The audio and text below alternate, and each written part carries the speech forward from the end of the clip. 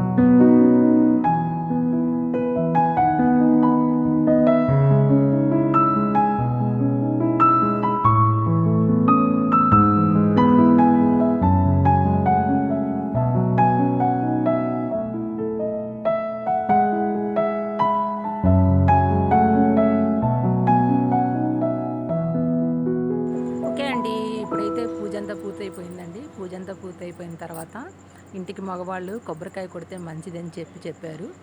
అందుకని నేనైతే మా అబ్బాయి చేత కొబ్బరికాయ కొట్టించాను. చూడండి, పూజ మొత్తం పూర్తయిపోయింది. చూడండి ఫ్రెండ్స్, ఇప్పుడైతే టెంకాయ కొట్టే కార్యక్రమం అయిపోయింది. నేను అక్కడ పూలు పెట్టడం మర్చిపోయానండి, అందుకే పూలు పెడుతున్నాను. ఇప్పుడైతే హారతి ఇవ్వడానికి మా అమ్మాయి వస్తుంది. చూడండి, హారతి పాట నువ్వు పాడమ్మా అని చెప్పనింది. సరే, నేనైతే ట్రై చేస్తున్నానండి. సాయంకాల సమయములో సంధ్యాదీపారాధనలో వచ్చును తల్లి మహాలక్ష్మి, వచ్చును తల్లి వరలక్ష్మి. సాయంకాల సమయములో సంధ్యాదీపారాధనలో వచ్చును తల్లి మహాలక్ష్మి, వచ్చును తల్లి వరలక్ష్మి. కాళ్లకు గజ్జలు కట్టింది, మెడలో హారం వేసింది, పిలిచిన వెంటనే పలికింది, అడిగినదంతా ఇచ్చింది. సాయంకాల సమయములో సంధ్యాదీపారాధనలో వచ్చును తల్లి మహాలక్ష్మి, వచ్చును తల్లి వరలక్ష్మి. ధనములనిచ్చును ధనలక్ష్మి, ధాన్యములిచ్చును ధనలక్ష్మి, వరములనిచ్చును వరలక్ష్మి, సంతానమిచ్చును సంతానలక్ష్మి. అందరూ చేరి రారండి, రకరకాలు పూలు తెండి, దేవికి అర్పణ చేయండి, దేవి రూపము చూడండి.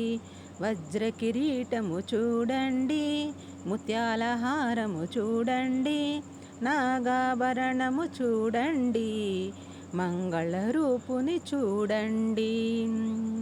సాయంకాల సమయములో సంధ్యాదీపారాధనలో వచ్చును తల్లి మహాలక్ష్మి, వచ్చును తల్లి వరలక్ష్మి.